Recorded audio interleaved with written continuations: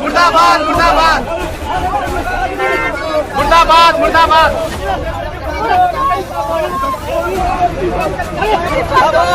आपके माध्यम से जैसे सुफियान उन्होंने जी बहुत अच्छी तरीके से वार्तालाप किया, आपके माध्यम से ये सरकार तक पहुँचे और इसके ऊपर कड़ी से कड़ी कार्रवाई हो और शिक्षा मंत्री ने अगर थोड़ी सी भी हमारी उनको इज्जत और आबरू बची हो तो तुरंत इस्तीफा देना चाहिए, ऐसे हम मांग यहाँ पर आपके माध्यम से करना चाहते हैं।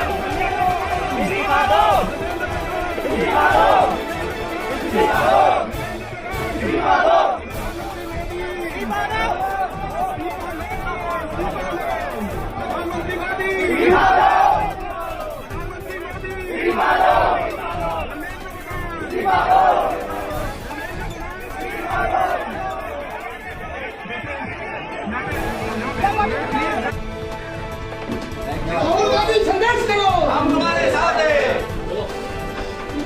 कांग्रेस पार्टी संघर्ष करो, हम तुम्हारे साथ हैं। लक्ष्मी यादव आगे बढ़ो, हम तुम्हारे साथ हैं।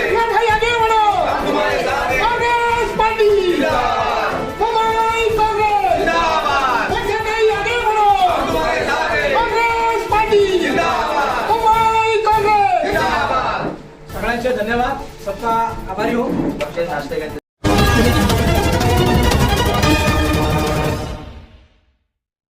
हमारे heart of Mumbai news channel को सब्सक्राइब करें और बेल आइकन दबाना ना भूलें। बने और 10 मामलों में चार्जशीट दाखिल हुई।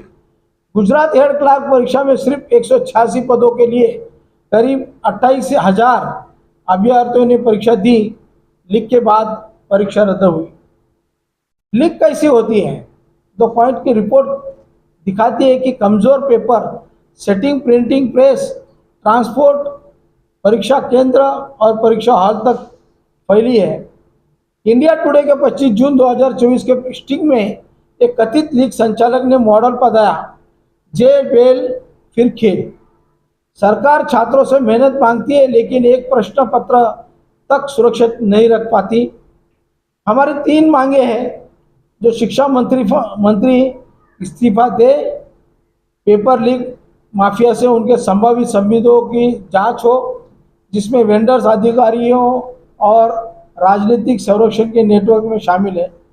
पूरी परीक्षा व्यवस्था बदली जाए, पेपर सेटिंग, प्रिंटिंग, ट्रांसपोर्ट और केंद्र डिजिटल सिस्टम और वेंडर कॉन्टैक्ट्स का ऑडिट हो अब और पेपर लीक नहीं। इसलिए हर परीक्षा और भर्ती का एक तय सालाना कैलेंडर लागू हो। परीक्षा की तारीख, रिजल्ट की तारीखें और ज्वाइनिंग के सामने पहले से घोषित हो और सख्ती से पालन हो। ये हमारी 3 मांगे हैं और हम चाहते हैं कि आपके माध्यम से, जैसे सुफियान उन्होंने जी भी बहुत अच्छी तरीके से वार्तालाप किया, आपके माध्यम से ये सरकार तक पहुँचे और इसके ऊपर कड़ी से कड़ी कार्रवाई हो और शिक्षा मंत्री ने अगर थोड़ी सी भी हमारी उनको इज्जत और आबरू बची हो तो तुरंत इस्तीफा देना चाहिए, ऐसे हम मांग यहाँ पर आपके माध्यम से करना चाहते हैं। कांग्रेस तरफ से आपको पूरे मुंबई में बाहर देश में आंदोलन करेंगे, उसका स्वरूप क्या होगा? हम जैसे मैंने बताया ना, 9 अगस्त तक चलो दिल्ली, वहाँ पर विद्यार्थियों के बारे में पूरे देश में राहुल जी हर जिले में जा रहे हैं और हर जिले के माध्यम से एक वार्तालाप करके ये जो हमारा विद्यार्थियों का प्रोग्राम है, छात्रों की गूंज, ये यहाँ पर जितने भी हमारे मुंबई शहर के मेडिकल्स कॉलेज है, कॉलेज के बच्चे हैं जो पढ़ते हैं, उन तक पहुँचाने का काम और छात्रों की गूंज सरकार तक पहुँचाने का काम हमारे राहुल जी के माध्यम से और वर्षा ताई के माध्यम से हम पूरे जिले में पहुँचाने जा रहे हैं। जिला कार्यकारिणी किस तरह से काम करेगी? जिला कार्यकारिणी के माध्यम से हम पूरे, जैसे अभी 30 जून को हमने एक छात्रों की गूंज का कार्यक्रम लेबर कैंप धारावी में आयोजित किया है। उसमें हम पूरे जहाँ के जितने भी कॉलेज हैं आजू बाजू इस जिले में है, उस सभी जिले के अंदर जितने कॉलेज है उस कॉलेज के लोगों विद्यार्थियों को वहाँ पर बुला के वहाँ पर हम लोग उनको छात्रों के गूंज के माध्यम से उनको अवगत कराएंगे और उनकी आवाज़ दिल्ली तक कैसे पहुँचे, राहुल जी के माध्यम से सरकार तक कैसे पहुँचे, इसका काम हमारे पूरे जिले के हर कांग्रेस का कार्यकर्ता करने जा रहा है। छात्र संगठनों से बात हुई है, क्या रिस्पॉन्स मिल रहा है? नहीं, अभी हमने आज से शुरुआत की है। 25 जून से हमारी ये शुरुआत है छात्रों की गूंज। ये कार्यक्रम ही है जो दिया है AICC ने, मुंबई कांग्रेस ने। इसके माध्यम से हम पूरे जिले में ये छात्रों की गूंज का कार्यक्रम हम फैलाने जा रहे हैं और हर एक जो संगठन है विद्यार्थियों का उनसे भी हम लोग मिलेंगे, उनको भी ये बात बताएंगे और एक जो आवाज़ है ये आवाज़ बनाने का काम हमारे जिले में हम करने जा रहे हैं। अखिलेश यादव जी, जिस तरीके से दिल्ली के अंदर हम देख रहे हैं कि 4 दिनों से कांग्रेस जनता पार्टी का एक बड़ा आंदोलन चल रहा था, धीरे धीरे घट के रात को तो भाग गए। क्या लगता है कि जब इतनी बड़ी संख्या में युवा जंतर मंतर पर उतरते हैं सरकार के कान में तो जूं तक नहीं रहेंगी, क्या लगता है आपका प्रयास सफल होगा? देखो, प्रयत्न करना हमारा काम है। जब हम लोग ने कोशिश की तो अंग्रेज भाग गए। हमारे गांधी परिवार थे, जब कोशिश की तभी तो अंग्रेज भाग गए। जब डरे नहीं थे अंग्रेज से तो अब, जब नहीं डरे थे चोरों से गोरों से तो अब क्या डरेंगे चोरों से? नहीं लगता कि वो दौर कुछ और था, ये दौर कुछ और है?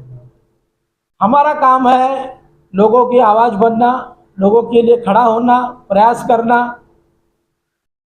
बाकी सरकार के आंखें कब खुलेगी, आप ही लोग हैं जो उसको खोल सकते हैं। शिक्षा का जो मंदिर है इसे सिर्फ पैसे कमाई का जरिया बनाया गया है। आप खुद उसके साक्षीदार हो।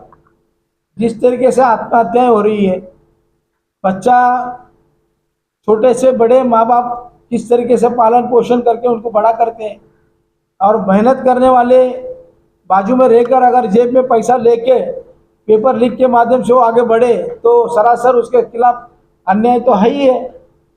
लेकिन ऐसा होना ही नहीं चाहिए। मेहनत करने वाला बच्चा पीछे ना रहे और आत्महत्या ना करे, इसके लिए ये प्रयास हम लोग कर रहे हैं। तो देखा गया है कि बच्चों के भविष्य की जो है ये सबसे बड़ी मुहिम होता है। पहले जब आपकी सरकार थी तो छोटी छोटी अगर कुछ भी होता था, जैसे सिलेंडर की अगर प्राइस बढ़ जाती थी तो चूड़ियां गिफ्ट किया जाता था। बट यहाँ पे आप लोग की लैकिंग बिहाइंड है कि इतना विरोध होने के बावजूद शिक्षा मंत्री अभी तक रिजाइन नहीं। यही तो कांग्रेस और इनमें यही तो फर्क है। कांग्रेस ने 60 साल लगाए थे बनाने में और ये 12 साल नहीं लगा रहे अभी तक बेचने में। मतलब जो कांग्रेस ने बनाया है वही बेचने का काम ये लोग कर रहे हैं। तो कांग्रेस एक विचारधारा है, कांग्रेस एक आत्मा है इस देश की। और राहुल गांधी जी जिस तरीके से इस देश के लिए लड़ रहे हैं, आपने देखा होगा कोटा में कोई पार्टी की बात नहीं कही, राहुल गांधी जिंदाबाद कर रहे थे। उसके बारे में उनको मना किया। छात्रों को आज जो हित क्या है, उनकी तकलीफें क्या है, आज उनके साथ में क्या हो रहा है, ये बताने का काम राहुल जी ने किया है। राहुल गांधी जब कोटा में वो भाषण दे रहे थे तब खुद पेरेंट्स आकर के ये बता रहे थे कि हम इतना डरे हुए हैं कि कल हमारे बच्चे क्या करें। इस चीज को लेकर के कैसे आप जो है लोगों तक जाएंगे, क्योंकि एक बच्चा नीट का जो एग्जाम होता है वो सबसे ज्यादा इम्पोर्टेंट एग्जाम है हमारे बच्चों के भविष्य के लिए, और उसी के साथ खिलवाड़ हो रहा है। और इवन पेरेंट्स जब है वो स्टेज पे आके कहते हैं कि हम डरे हैं, रात को भी हम आकर के बच्चों को 2 बार 3 बार देखते हैं कि बच्चा सही में सो रहा है या नहीं हो रहा है। तो ये दहशत कहाँ तक है? हमारा देश अभी लोकशाही देश है, लोकतंत्र में हम जी रहे हैं, लेकिन थोड़े धीरे धीरे ये हुकुमशाही की तरफ बढ़ रहा है। आपने देखा होगा कि जो परीक्षा केंद्र हैं उस केंद्र पे अपने माँ बाप अपने बच्चों को लेकर परीक्षा केंद्र पे जा रहे हैं, 1 मिनट होता है लेट तो उस बच्चे को पेपर देने की अनुमति नहीं होती, उसको अंदर तक लिया नहीं जाता। अब कहीं आपके माध्यम से हमें मालूम पड़ा कि एक पिता अपने बच्चों को परीक्षा केंद्र पे लेके गया, 1 मिनट लेट होने के बावजूद उनको अंदर नहीं लिया गया और वो बाप अपने सीना पीट पीट कर वहाँ पर रो रहा था कि मेरे बच्चे को न्याय दो, ये उनको पेपर देने के लिए मदद करो, तो मदद की गुहार लगा रहा था। जब 1 मिनट के लिए आप अंदर नहीं ले सकते लेकिन इतना बड़ा घोटाला कर सकते, ये सब फेलियर है। इसके लिए राहुल जी ने कहा है कि शिक्षा ये आईसीयू में है और उसके लिए हमें आज कोशिश करनी चाहिए और उस तरीके से पूरे देश में छात्रों की गूंज बनकर कांग्रेस उभर रही है और कांग्रेस के माध्यम से पूरे मुंबई शहर में एक कार्यक्रम होने जा रहे हैं। एक स्टूडेंट को अबू धाबी जो है उनको सेंटर अच्छा हुआ ईरान नहीं भेजा, रोहित पवार ने बोला ना। कचरू यादव जी, आज की सरकार ने तो कसम खा रखी कि हम कुछ भी करो सुनेंगे नहीं। बिल्कुल नहीं सुनेंगे। देखिए तो कैसे सुनाओगे? देखिए मैं इसमें एक चीज मानता हूँ, अध्यक्ष के हमारे इजाजत से कहना चाहूँगा, ये दुनिया में हर उरूज को सवाल है, जो ऊपर गया है वो उसको एक वक्त नीचे आना है। और एक बात आप ध्यान में रखें, सत्ता हाथ से कब जाती है? सत्ता हाथ से उस वक्त जाना शुरू हो जाती है जब ये सोचता है, आदमी ये सोचने लगता है कि मुझे कोई हरा नहीं सकता, मैं परमानेंट हो गया हूँ, मैं हमेशा के लिए हो गया हूँ, अब मेरे सामने कोई नहीं है, अब मेरा मुकाबले में कोई नहीं है, मैं किसी की सुनूंगा नहीं। तो जब आदमी के दिमाग में ये चीज़ें आती ना तो उस वक्त उसके हाथ से सत्ता जानी शुरू हो चुकी होती है और किसी जगह पे पहुंचने के लिए समय लगता है लेकिन उस जगह से हटने के लिए समय नहीं लगता।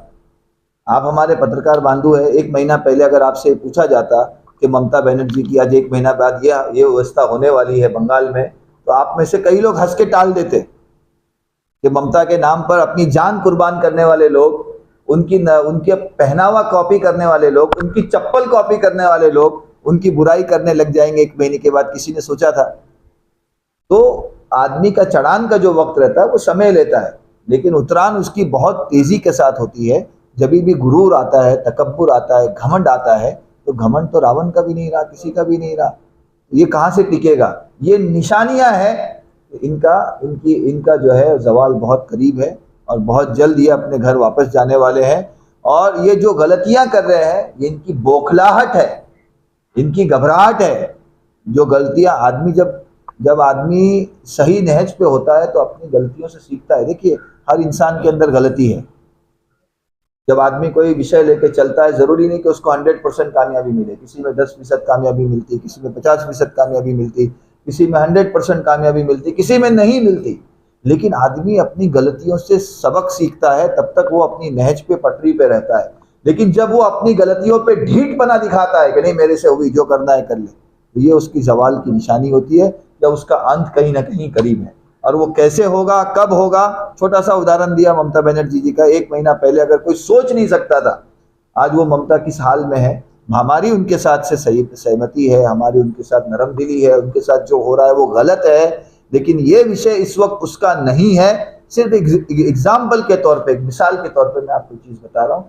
तो जवाल आ रहा है, बहुत जल्द आ रहा है, बहुत करीब आ रहा है। अभी आप उस जवाल की आहट कहीं ना कहीं नौजवानों के अंदर फील कर रहे हो, महसूस कर रहे हो। आज का नौजवान अंदर से जो भिपरा हुआ है, कोटा में आपने देखा लाखों लोग बगैर किसी पैसे के, कोई बस भर के नहीं लाया गया, कोई टेम्पो नहीं लाई गई, किसी जिला अध्यक्ष को ट्रक नहीं दी गई कि बच्चों को भर के लाओ, ना किसी इवेंट मैनेजमेंट को काम दिया गया।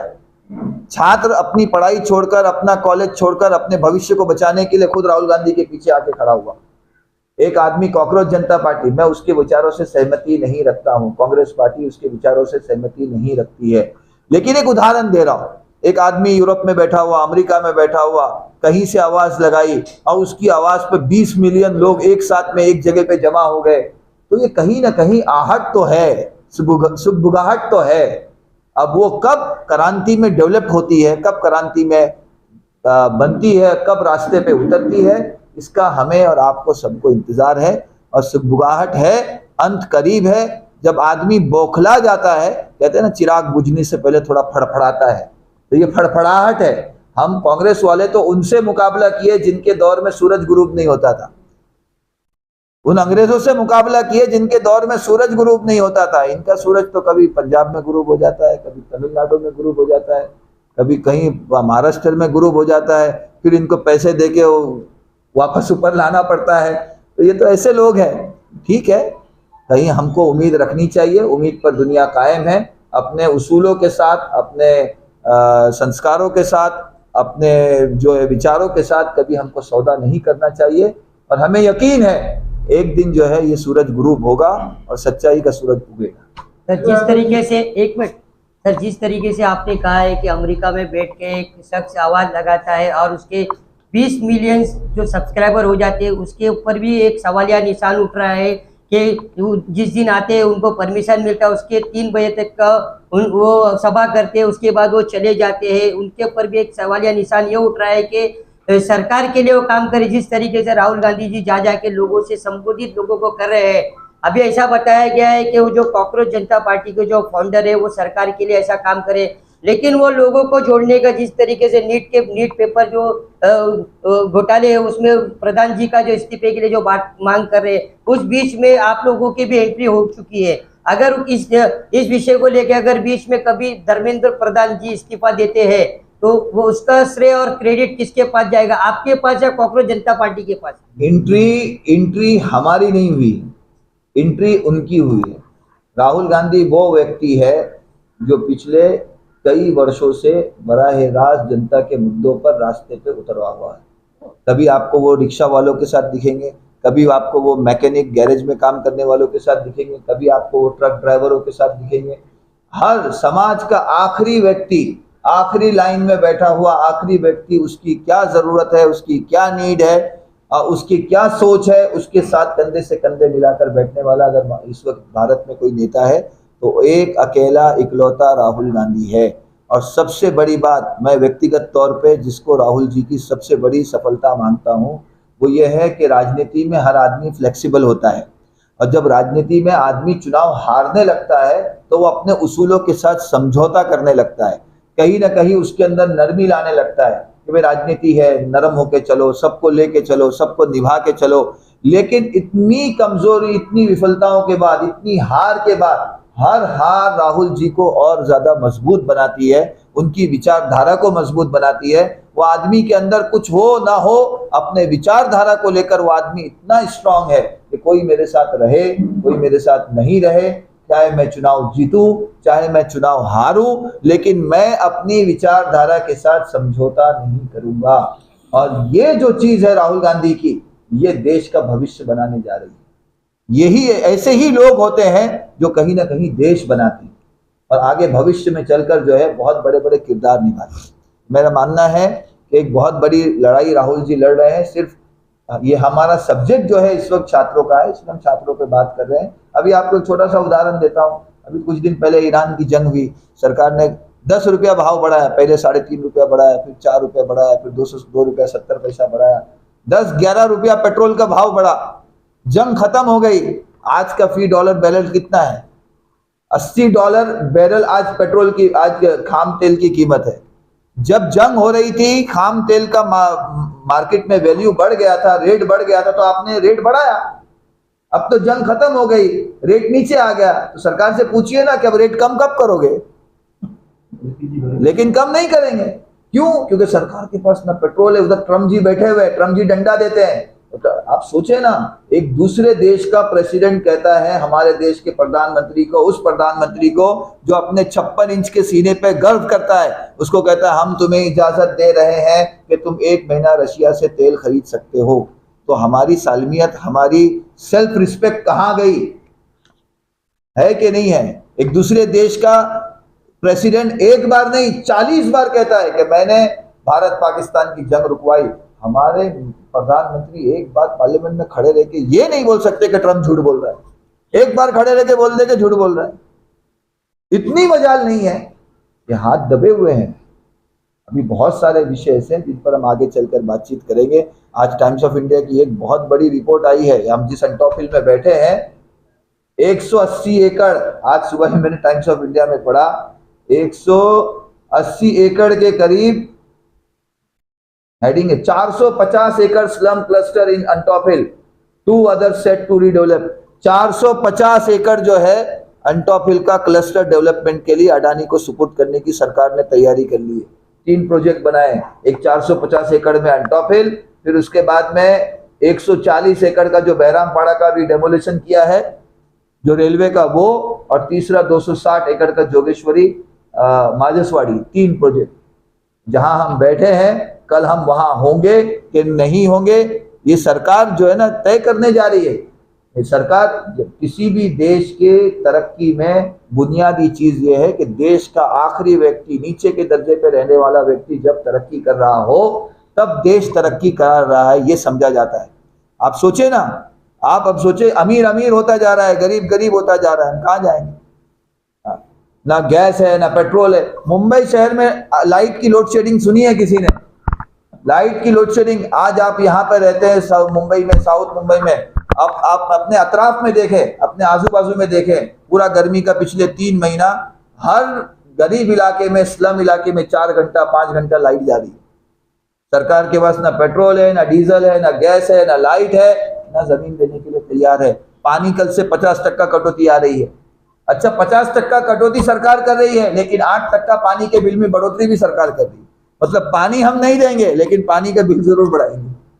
ये सारी चीजें हैं, कहीं ना कहीं है, और हम समझते हैं हम मेहनत करते रहेंगे, लड़ते रहेंगे, और इसके परिणाम कहीं ना कहीं आज नहीं तो कल।